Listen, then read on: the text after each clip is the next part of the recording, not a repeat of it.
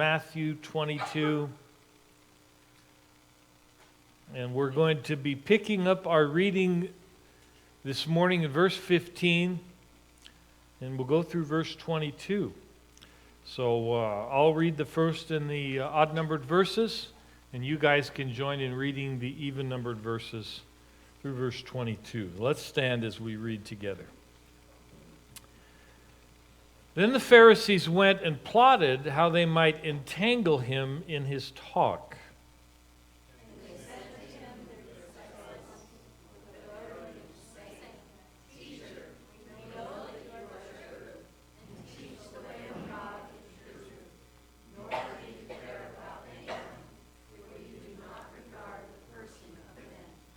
Tell us, therefore, what do you think? Is it lawful to pay taxes to Caesar or not?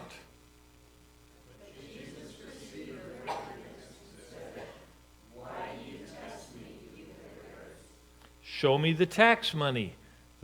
So they brought him a denarius.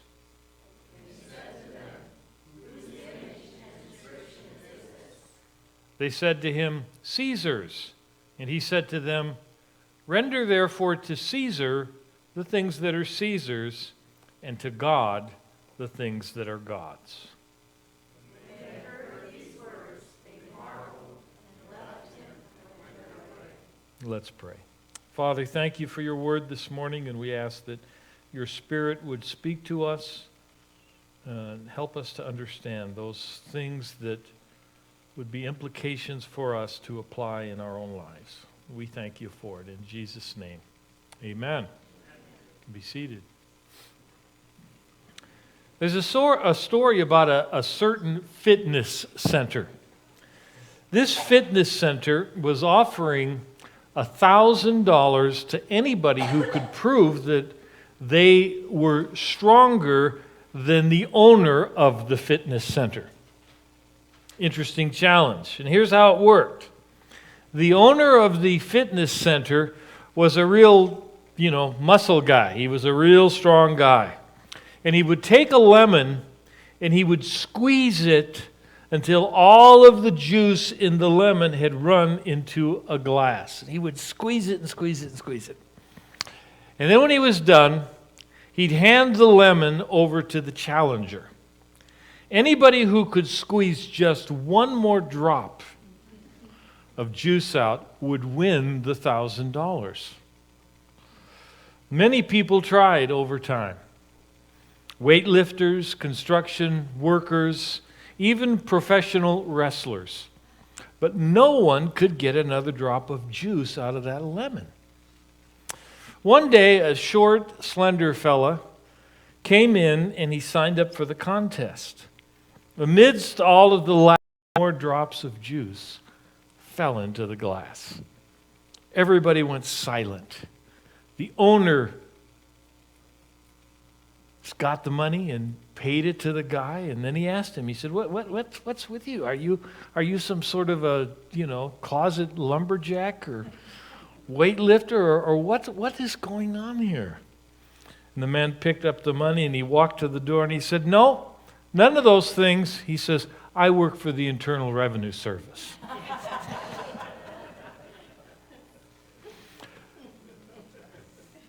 Now, one of the things you learn as you get older is that it is very important that you have your allegiances identified and prioritized. When I was a teenager, one of the things I looked forward to was getting out from under my parents' authority so that I could basically do what I wanted. I had been living under my parents' rules my whole life, as most kids do. Indeed, one of the things my dad used to tell me was that if I wanted to live under his roof, I had to live by his rules and under his authority. So when I turned 18, I had the opportunity, and I wasn't really planning on this, it was just kind of dropped into my lap. My cousin called me on the phone and he said, Listen, Dan, he said, there's this apartment at Newport Beach that has come up available. It's a bachelor apartment. It's basically one room with a kitchenette and a bathroom. And it's come available. It's $100 a month. And if you don't take it, I will. And so I thought, wow, that is, an unbelievable opportunity. And so I took it. And I moved there. And at first it seemed really cool. I had nobody telling me when I could come and go. I had no chores except the things that I wanted to do. But it wasn't long at all before I realized that I was still under the authority of others. I was under the authority of my employer. I had to show up for work when he told me to, and I had to do what he told me to do while I was there. I was also under the authority of my landlord. I had to pay my rent on time. I couldn't have people over late at night. I had to keep my place clean. And there was just this one spot on the back side of this house. It was actually a house, and then it had this little bachelor pad that they built on top of the garage. And I had this one little spot in the alley there where I could park my car. No other place to park your car. So I was under the authority of my landlord. I was also under the authority of the government. I had to pay my share of the taxes. I had to obey all the traffic laws. I had to make sure that I wasn't disturbing my neighbors late at night with loud music and parties. Indeed, there were a couple of times when I was guilty of that, and one of my neighbors called the police, and the police came out and shut our little party down. If I did any of these things, I could be slapped with fines and even arrested and put in jail. And regarding the IRS, I discovered that if they decided you owed more in taxes than you thought you did, they would hound you and harass you relentlessly until you paid up. So, submitting to the proper authorities in life is very important if you want your life to go well. And in America, at least, most people have found it's not a question of deciding which one to show your allegiance to. We can and we should show our allegiance to all of them in the proper proportions if we want things to go well with us. Well, that's what our story in our passage is about today. It's about earthly and heavenly allegiances and getting them in the proper perspective. The whole scenario is the Pharisees trying to set up Jesus so that they can condemn him. That's their goal. And they pit allegiance to the government against allegiance to God.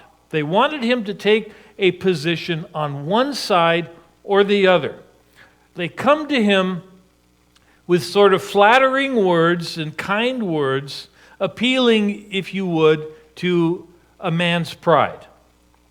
A natural man's pride. They were hoping to catch him saying something rebellious to run to the temple leaders or to Herod, King Herod, or even to Caesar with evidence of sedition and subversion.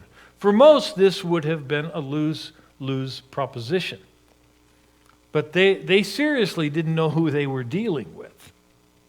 In responding, he first calls them hypocrites, and then he beats them at their own game, giving them an answer that they never in a million years expected.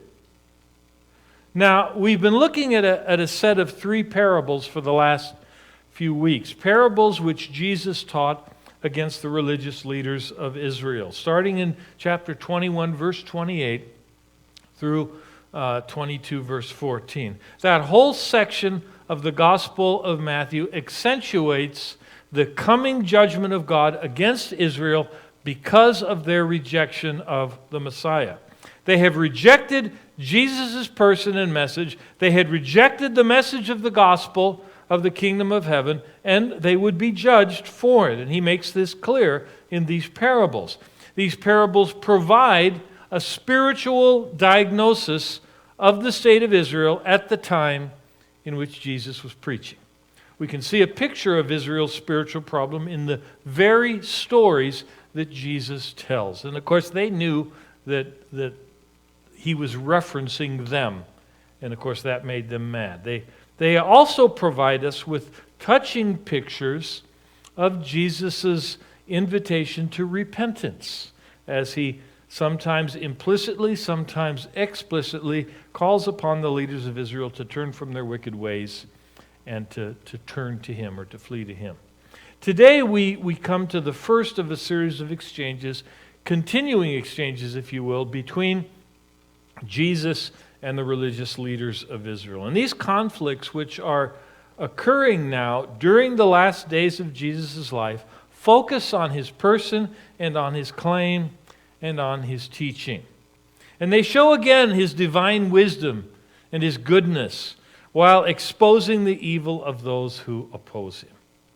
I'd like to look at two or three things in this passage with you this morning. It divides fairly simply into three parts.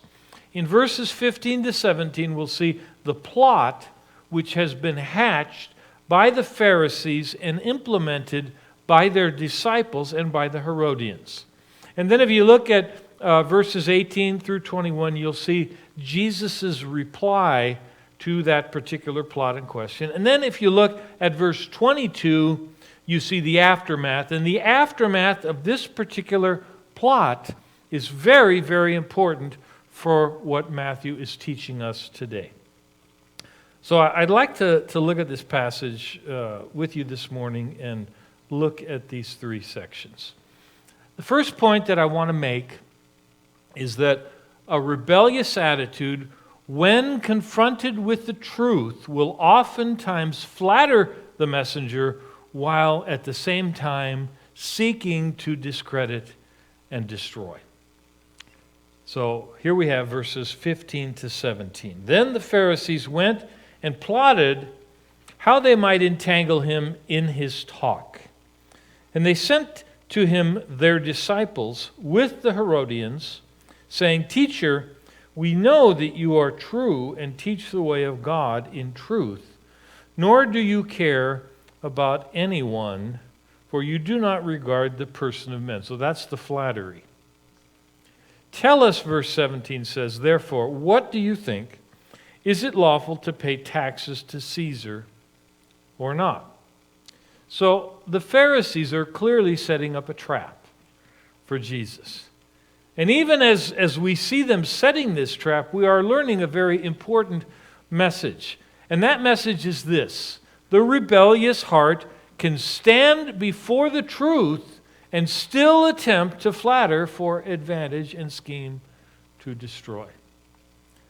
The unregenerate hearts of the Pharisees and their disciples are standing before the truth personified. Jesus is the truth personified. And yet their response to that truth is simply to flatter for their own advantage and then to scheme to destroy him. Bear that in mind as we look at this passage. The leaders of Israel had been strongly rebuked by Jesus up to this point in the last three parables that we studied.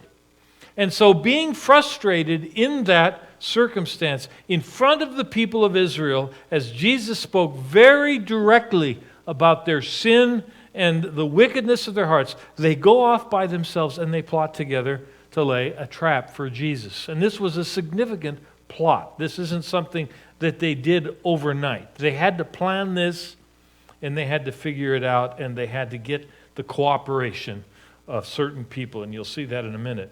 And their plan is basically to pose a question to Jesus that is going to put him in danger. They want to ask a question to Jesus that if he answers it publicly, no matter how he answers it, it's going to get him in trouble, either with the government or with the people. And they particularly don't care which, whether it's the government or the people. They really don't care. As long as he gets himself in trouble one way or the other. They're looking for a way that they can trap him and get rid of him. If he alienates himself from the government, they can call on the government to arrest him and to prosecute him and eventually to execute him, if they can pin a serious enough charge on him.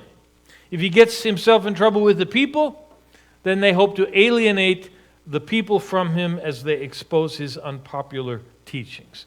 And notice, though the Pharisees are doing the plotting, this time they themselves don't carry out the plot. They call on their disciples, their students, if you will, to go carry out the plot. They send them to do the work. Now, maybe their rationale was something like the following. Maybe they thought that Jesus would be more sympathetic and unguarded if he was dealing with students rather than dealing with seasoned rabbis who were in opposition to him and with whom he'd already clashed. Maybe they thought that by sending students, Jesus would be a little more careless with his words and his response, and they might be able to then catch him in a trap because he's being careless. Or maybe they thought, well, students, they just kind of love a good theological debate. And Jesus will know that, and so he'll think that, they're just trying to pick a fight. Perhaps he'll be a little bit careless when he responds to them. He won't be surprised by the fact that they want to engage in a debate. So that should provide good cover for the plot to be hatched. Or perhaps they were thinking that Jesus would think that younger disciples would be more likely to share sincere questions of him than would those hardened Pharisees. And so again, they would provide a cover, sort of a Trojan horse, for Jesus to be caught off guard as this particular question is asked to him. Or maybe it was just that they had so much of Jesus that they just didn't want to go through the humiliation of having to ask a question of him themselves. For whatever reason, they not only send their disciples to ask the question, but they also manage to send a group called the Herodians with their disciples. And this is where the plot, planning the plot, had to have gotten a little tricky for them. Because the Pharisees and the Herodians hated one another. The idea of them plotting together on anything was very, very unlikely. The Herodians were the followers of King Herod Antipas of Galilee and Perea. He was a ruler who was under the supervision and the control of the Roman rulers in Palestine. They had given him this power. He was part of a line of kings who claimed to have stretched back all the way to the Maccabean period in Israel's history. And Herod hoped one day to be ruler of Judea as well as Galilee and Perea, the whole area. This name, the Herodians, was apparently a nickname of the people who supported Herod and his particular court and his claim. Now, they didn't get along with the Pharisees. The Pharisees at least claimed to love God's law and claimed to be concerned about holiness and blasphemy and integrity. And they were concerned about various other issues connected with Roman rule and with the Roman poll tax, which is the tax that is being referenced here in our story. The Pharisees were opposed to the poll tax on religious grounds. The poll tax was basically a head tax that was charged to males over 14 and females over 12, and they had to pay this tax until they were 65 years old. And many of them didn't live that long, so it was basically a lifelong tax. And it had to be paid with a silver coin that was minted by the Romans, with the image of Caesar on one side and an inscription proclaiming him to be Tiberius Caesar Augustus, meaning son of the divine Augustus. And on the back side of the coin, it said Pontifex Maximus, meaning high priest. It proclaimed essentially the Caesar was both the political and the religious leader over the Roman Empire. The Pharisees thought that those things that the Roman emperor claimed and the things that were said about him on the coin used to pay the poll tax, they thought that that was blasphemy. And so they oftentimes agitated amongst their people about the poll tax. Now, they didn't go as far as this other group called the Zealots.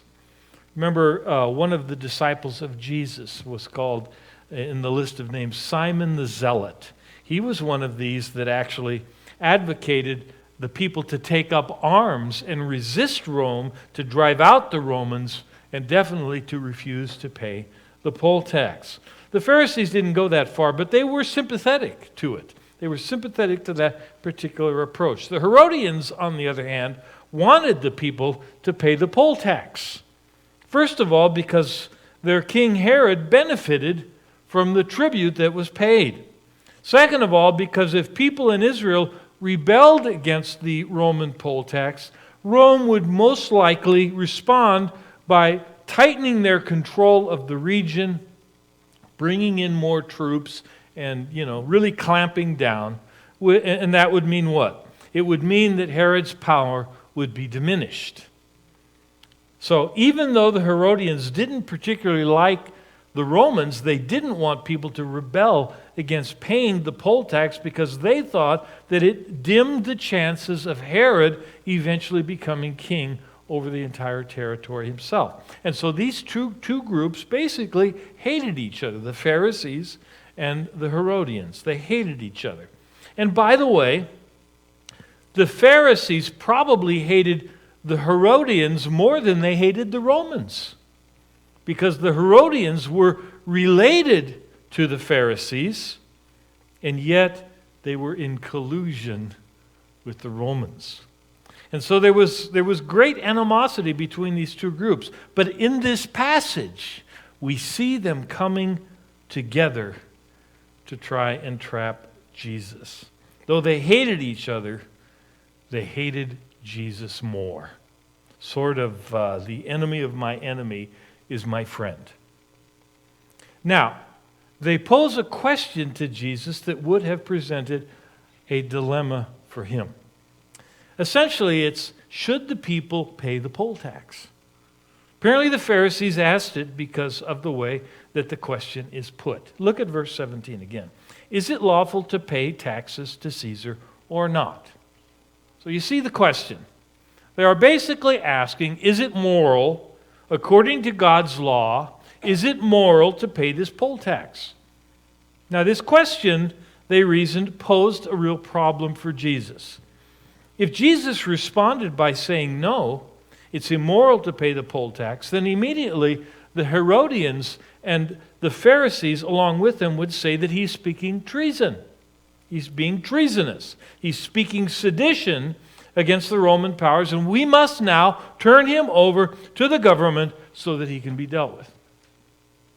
Those who committed treason could face the death penalty. So if he answered, no, you ought not to pay the poll tax, he was in danger of being arrested by the Roman authorities. On the other hand, if he said, yes, you should pay the poll tax, then the Pharisees would have stood up and they would have said, aha, you don't care about the law of God because, the Roman emperor claims to be divine.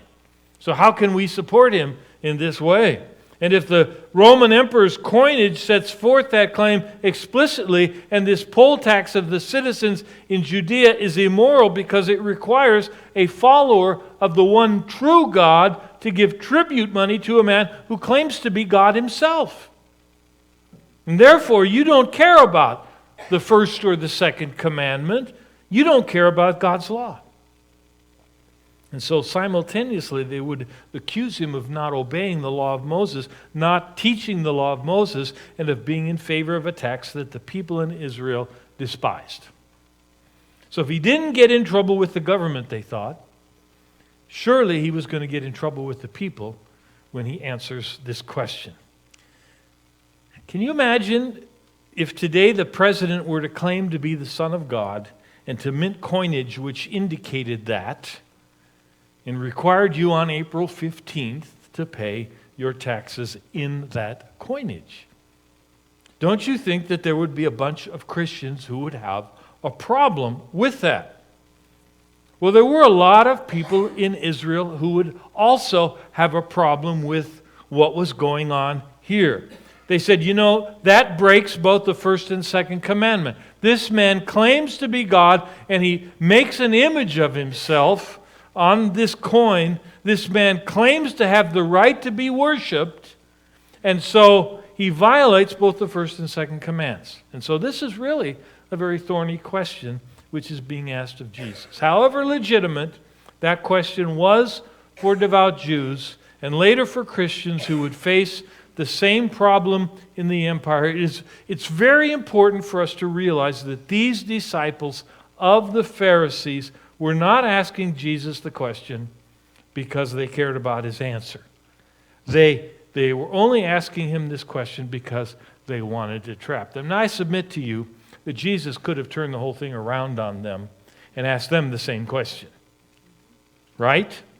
Because no matter which way they answered, they would be in trouble with one or the other. But he doesn't do that. Right here in this passage, we have an ugly picture of an unchanged, unrenewed heart standing before Jesus Christ. This unchanged, unrenewed heart doesn't worship him, doesn't care about what he thinks.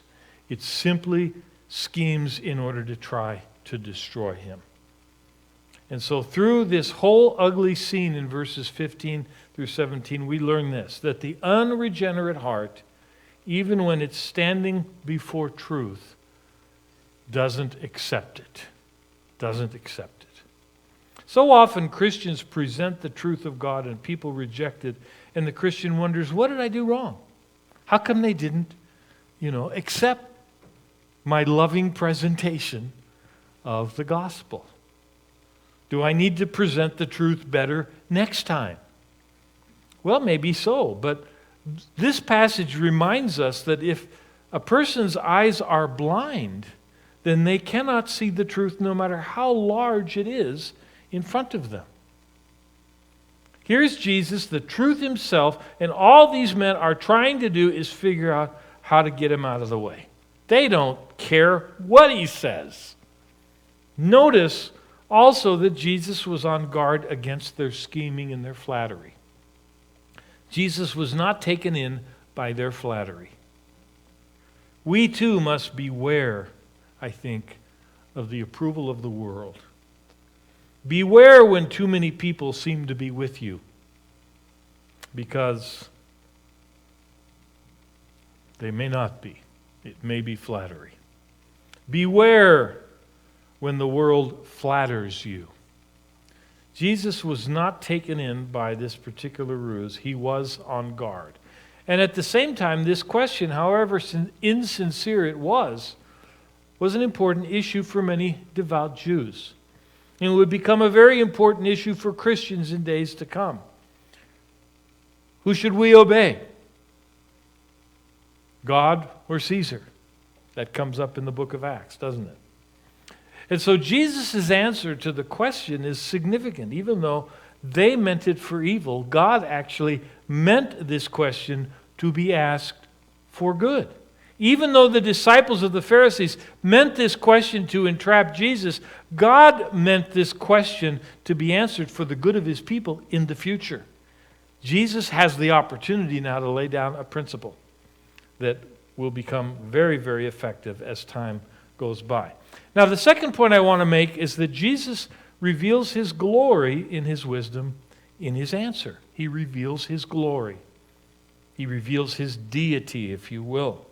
Look at verse 18. But Jesus perceived their wickedness and said, "Why do you test me, you hypocrites? Show me the tax money." So they brought him a denarius. And he said to them, "Whose image and inscription is this?" And they said to him, "Caesar's." And he said to them, "Render therefore to Caesar the things that are Caesar's, and to God the things that are God's." Now, I want you to see that Jesus does four things simultaneously in this response. First of all, he sees their heart, it says. He perceived their wickedness. In other words, he knows what they're up to. He knows that they are trying to trap him. I think this is evidence of his deity. Secondly, he rebukes these disciples of the Pharisees for their error. Verse 18, the last part of the verse. Thirdly, he rebukes the Herodians for their error, because they're together, right? They're a group coming to Jesus trying to trap him. And then fourthly, he sets down a principle which is going to be obeyed by his people until he returns again. All four of these things he does essentially simultaneously in just a 2 or 3 second response to an unexpected question. So in this passage we see Jesus revealing his glory through his wisdom in answer to these wicked men. In essence, he's giving evidence of his deity. Even the scheming traps of evil men are used to glorify God. He perceives their motives and goals. He knows their heart. Verse 18. Again, let's just take a look and read it. But he perceived their wickedness and said, "Why do you test me, you hypocrites?" Jesus, we are told, perceived their wickedness, and he just says to them, point blank, he says, "Why are you testing me?" essentially. It's as if Jesus is saying to them, I know exactly what you're doing. And I know exactly why you're doing it. You think you're going to trap me. And I'm going to answer the question anyway. I'm going to answer your question, but at the same time, I'm not going to fall into your trap. It's kind of like a baseball player standing up at the plate and telling the pitcher before the first pitch, by the way, pitcher, I'm going to knock this one over the center field wall, and it's going to go about 500 feet. Now watch me do it. Jesus was that sure of himself because he's God, of course. He's saying, I know exactly what you're trying to do, and I'm going to answer you anyway, and you're not going to trap me. And so Jesus, in response to this question, rightly brands them as hypocrites. You see, they were pretending to do one thing, and they intended to do another. So when Jesus called them hypocrites, he's not just engaging in name calling here. You say, today if you say something that somebody on the political left disagrees with, they'll start just calling you names instead of just trying to refute your argument, right? They have a series of names that they call you. But that's not what Jesus is up to here. He's not calling them hypocrites just because he doesn't have a good response. He's calling them hypocrites because they were being hypocritical. He's not just name calling. He's trying to say he's not just trying to say something mean. He's just telling them the truth. They were literally pretending to do one thing while they intended to do another. They are pretending to be honestly speaking and inquiring to find out the answers to these important questions, while their whole purpose is to get him out of the way. Trap him and get him out of the way. And so Jesus' words in verse 18, I think, are perfectly suited to this situation. And then he turns the question on them in verse 19. He says, "Show me the tax money." Now, he could have just said, well, what do you guys think about this? And then, of course, if they were to answer honestly, they would have incriminated themselves. They might have done what they did when he turned the question of John the Baptist's authority on them, a couple of stories before. And then they would say, well, no, we know if we answer this way, then he'll say this, and we know if we answer that way, he'll say that. And so we'll just say, we don't know. And that may be how they would have dealt with this. But nevertheless, he says to them, bring me the coin which you used to pay the poll tax. Show me the tax money. And so they bring him the denarius. That's what this particular coin was called. And then he holds it and he says, look, whose inscription is this? Whose image is this? And so he turns the question on them. Instead of answering the question like they wanted him to, he just asks them another question. He turns it on them. And having asked him that question, they really have only one choice now. And the question that he asked them, they only have one choice with their answer. Whose inscription, whose image is this? So they can only answer one way, right? Whose inscription? Whose image is it? It's Caesar's. And so once again, he makes them answer the tricky question that they had asked him. Is it lawful to pay the poll tax? Jesus' response, and he makes them say it, is, who does the coin belong to in the first place? They respond, Caesar. He minted it. And so he makes them answer the question that they think he is going to be tripped up on. But he doesn't stop there. He goes on to give a fuller response to their question, verse 21. They said to him, Caesar's, and he said to them, render therefore to Caesar the things that are Caesar's, and to God the things that are God. In other words, give to Caesar what belongs to Caesar, and give to God what belongs to God. Now, it's interesting, Jesus uses a different verb in his response than they had used in their question. They put the question this way, is it lawful to pay taxes to Caesar? Literally, is it lawful to give, the Greek word there is didomai, to give tribute to Caesar? Is it lawful to didomai tribute to Caesar? The word means to give as if it's not owed, sort of like a gift. You give somebody something, you don't owe it to them, but you give it to them anyway. And Jesus says, render therefore to Caesar the things that are Caesar, or give back to Caesar what belongs to Caesar. And in this he uses a different Greek word. It's a form of the original one, but it's different. It's the word apodidomai. And it means to pay back or to pay a debt or to discharge what is due. To pay a debt or to discharge what is due. So they say, should we give, as sort of as a gift to Caesar? And he says, you should pay back what is owed to Caesar. Now, why does he do this? Because he's saying, when you pay that poll tax, you aren't giving a gift to Caesar. Caesar has already built your roads. Caesar has already given you the justice courts. He has set up military protection for you in the form of police, and he's given you various other civil benefits.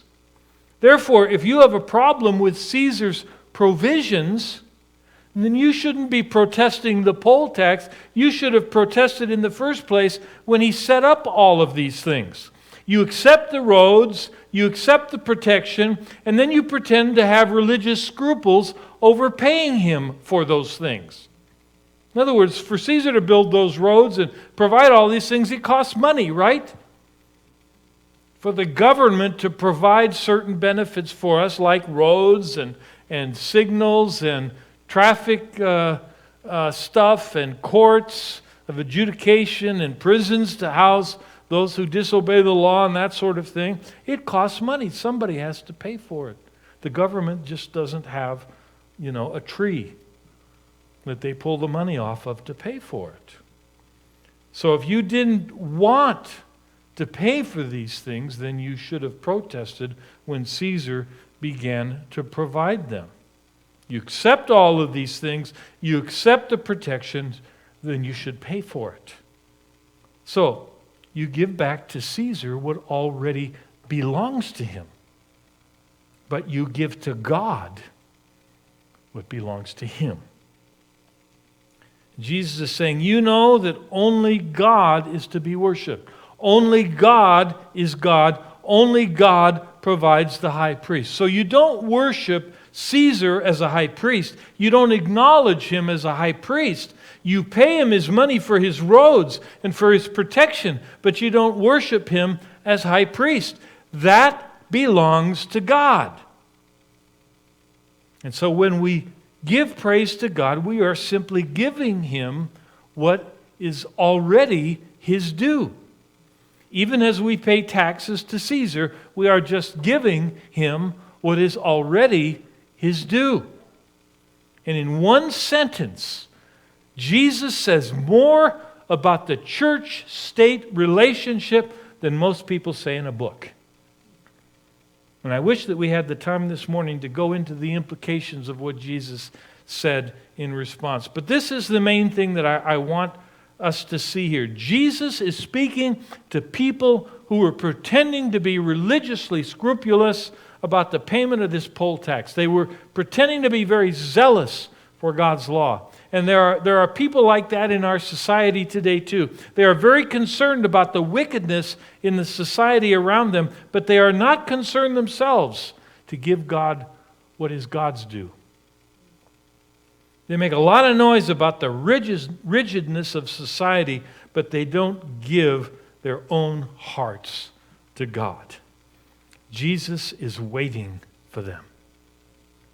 You render to Caesar what is Caesar's, and you give to God what belongs to him. Finally, let's look at the aftermath of this event in verse 22. When they had heard these words, they marveled and left him and went their way. Despite the divine wisdom of Jesus' answer, essentially hearts are unchanged. That's really the summation of that verse. It didn't change them. Jesus' words pierce and they amaze, but as we look at verse 22, it even seems, you look at the wording of it, they marveled. In other words, these guys had come to trap him. And they end up being sort of flabbergasted. They marveled. Hearing his response, we see them amazed, but still unbelieving. They were amazed by his wisdom. They don't know how he slipped out of their trap. They thought it was a foolproof trap. They were expecting him to be caught in its clinches. And Jesus slips through the trap. But they still don't believe in him. Once again, we learn that despite the divine wisdom of Jesus' answer, their unbelieving hearts are essentially unchanged. The tempters were filled with awe and wonder and amazement at how Jesus had responded to their question, but they were not converted. Look again at the words of verse 22. When they heard these words, they marveled and then left him and went their way. The commentator Matthew Henry said, and I quote, "You expect to read, they were amazed and submitted to him. That is what you expect to read," he said. You expect to read, they were amazed and followed him.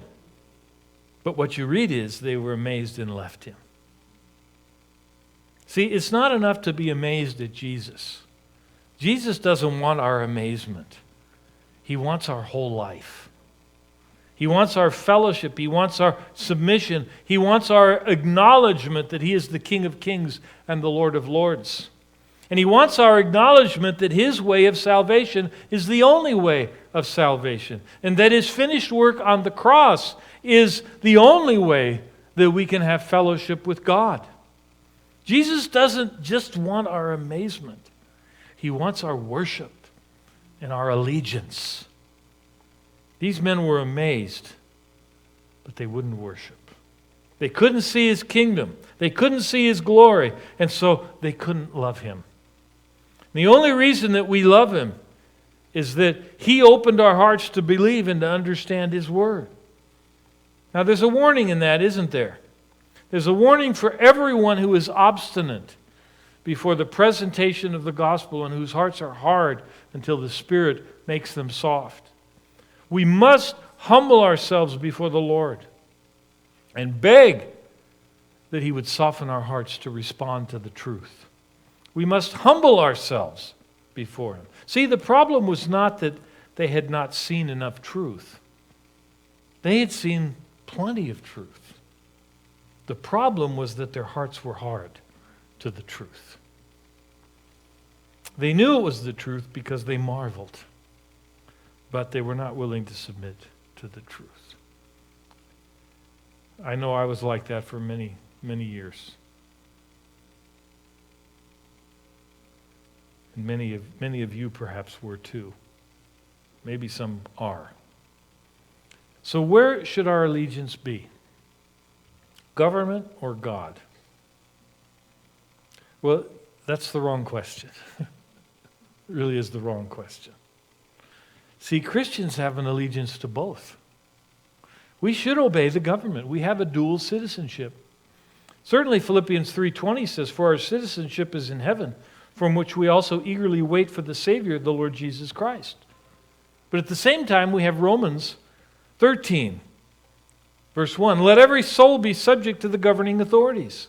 For there is no authority from God. There is no authority except from God, and the authorities that exist are appointed by God. Therefore, whoever resists the authority resists the ordinance of God." So if you resist the government, then you're resisting God. Verse 6, "For because of this you also pay taxes." Okay, that clears that up. "For they are God's ministers, attending continually to this very thing. Render therefore to all their due, taxes to whom taxes are due, customs to whom customs, fear to whom fear, honor to whom honor." So we should respect our earthly rulers. We should obey the law. We should pay our taxes. And we should pray for all who are in authority. Do we do that? Do you do it? Jesus said we should. But what about God? We are to give Him what belongs to Him. What is it? What do we find His image on? So you found the image of Caesar on the denarius. What do you find the image of God on? Ourselves, right? We find it on ourselves. We are created in the image of God. So what should we give to God? Ourselves, that's right. Maybe they understood the implications of this. Maybe that's why they were so amazed and marveled. And maybe that's why they went away. May God grant us soft hearts to see the King, to see His kingdom, and to love Him and to give Him our allegiance. Amen? Father, thank You for Your word.